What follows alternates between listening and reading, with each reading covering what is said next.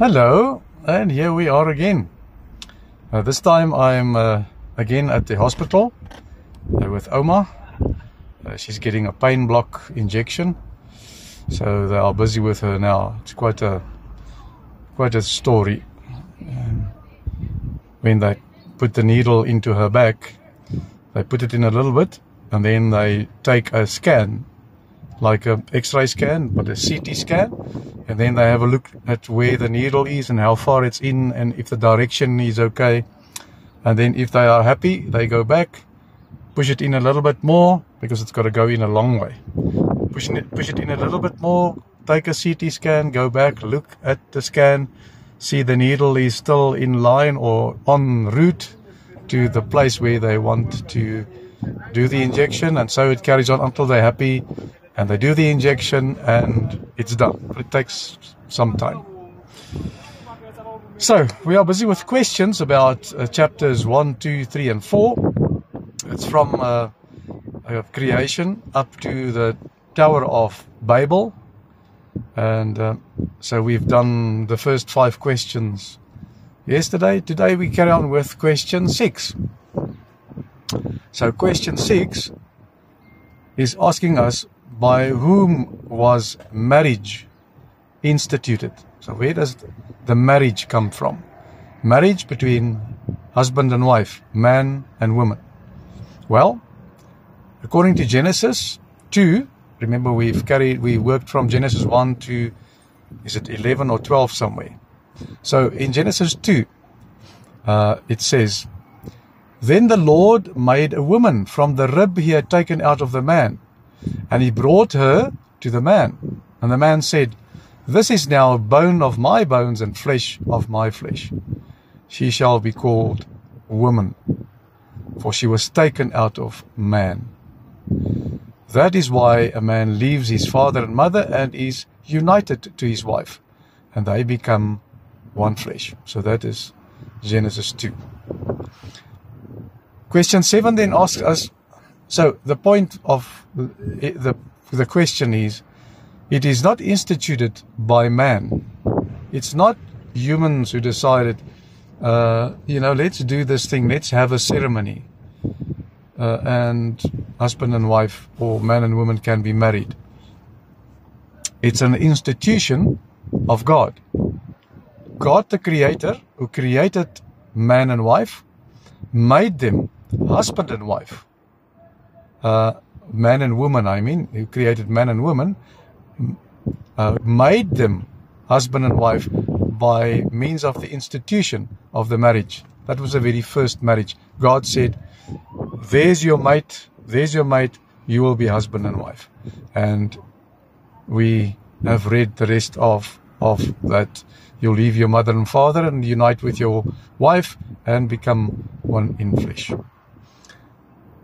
So that's why marriage is so important. It's not just something that we do because it's easy or good, good to be seen to be married, or that kind of thing. It's an institution from God. You cannot stay with a woman unless you are married to her, and the other way around. You have to get married, and married is a sacred institution from God. Something to always remember. In these days, marriage is not important. To stay married or to get married is not important also. But to stay married is also not important, because you just find somebody else and you divorce and life goes on. But God is very jealous of his institutions, especially the marriage, because from a marriage, a family is born. And a family is the basis of all society, of all discipline, of all love and emotions. It all is born in the family. Right, so, question 7. Why is the devil called the father of the lie? Also in Genesis, after they sinned, Adam and Eve, and took from the tree of knowledge of what is good and bad, and God found them there in the garden. God said to them in Genesis 3, "You will not certainly die. Oh, sorry, not God. This is the part where before it happened. So, and afterwards, God spoke to them, but before, the serpent said to them in Genesis 3, you will certainly not die, as God spoke to them about and said to them, you will certainly not die. The serpent said to the woman, for God knows that when you eat from it, your eyes will be opened and you will be like God, knowing good from evil. So, the snake, or the serpent, knew how to turn God's words around, because he comes from heaven. He was an angel, and now he's using his knowledge of God and his knowledge of this inexperienced man and woman. It's they only now woken up to paradise. This is where we live. They've never been anywhere else. And now he uses his opportunity to convince them that God doesn't want them to eat it, because when they do, their eyes will open and they will become like their master, like their creator, like God. So, question 8 asks the question, what is sin? And in Genesis 3, we hear what sin is. And he said, who told you that you were naked? This is God. Was the serpent, the snake, convinced them to eat from the tree. Now, afterwards, God finds them and says, who told you that you were naked? Because they made clothes from leaves and stuff. And they said they don't want to appear before God because they were naked. Who told you that you were naked? Have you not eaten from the tree that I commanded you not to eat from? And in Romans 5 it says, for just as through the disobedience of one man, the many were made sinners, so also through the obedience of one man, many will be made righteous. So, the disobedience of one man, Adam, put mankind in disrepute and on their way to die the everlasting death. In the same way, of one man who were completely obedient to God with no sin, one man made many sinners righteous. So he took sin on him, and then men becomes righteous because of one man.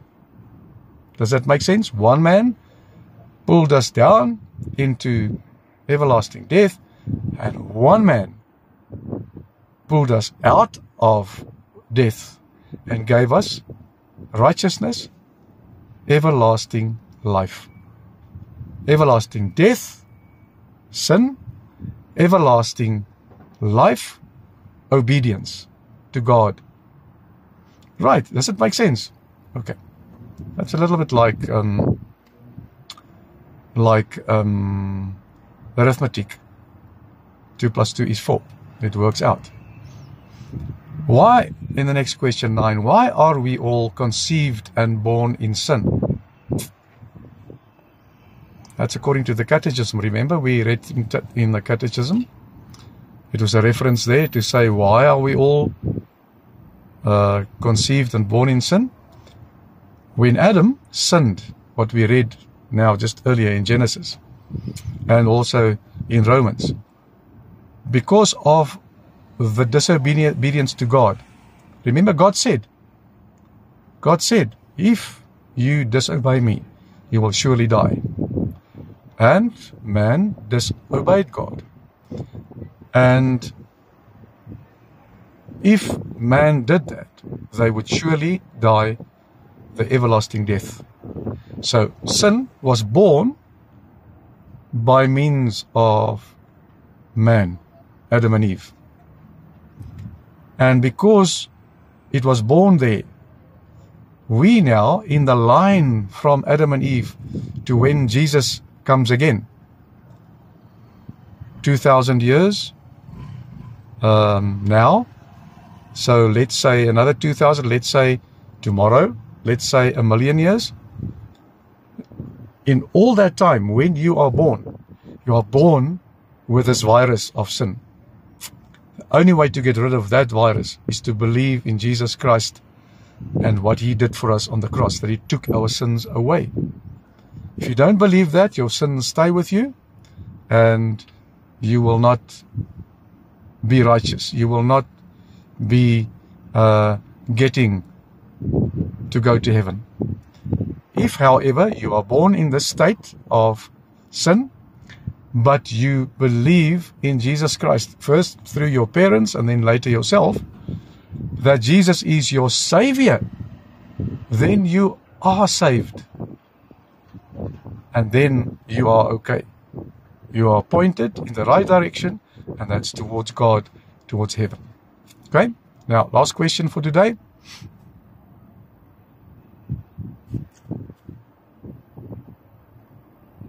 Last question for today. Let me just check here. Okay. What is the first promise that a Redeemer will eventually come for humanity? When did we hear this promise for the first time? That man is now going to receive everlasting death because he was disobedient. Then God promised to send a Redeemer who will take away this curse, that we will die the everlasting death. Because man is helpless. How can man take away something that God promised him? Cannot. So we needed a Redeemer. In Genesis 3, it says, "And I will put enmity between you and the woman, and between your offspring and hers," speaking to the serpent. "I will put enmity between you and the woman, and between your offspring," kids, children, "and hers. He will crush your head, and you will strike his heel." So God promised that somebody will, in the descendants of Adam and Eve, somebody will come that will crush the head of the serpent, of the devil. Somebody will come, a Redeemer. So this is the first promise, that we are not lost forever, but even after we disobeyed God and sinned, we are not lost forever. Okay, so these are the next, or were the next 5 questions. I hope it made sense to you. I think that's enough tonight. When I ask the question, see if you can think about it. Even now, I think just quickly go through the questions again and see if what the answers made sense to you. All right. You must take care. Remember, Open Home will love you too. I'm now going back to see maybe if Oma is ready, but I don't think so. I think maybe another half an hour or so. And then we're off home again. Sleep tight. Remember, God willing, I will see you tomorrow. Okay. Love you too. Ciao.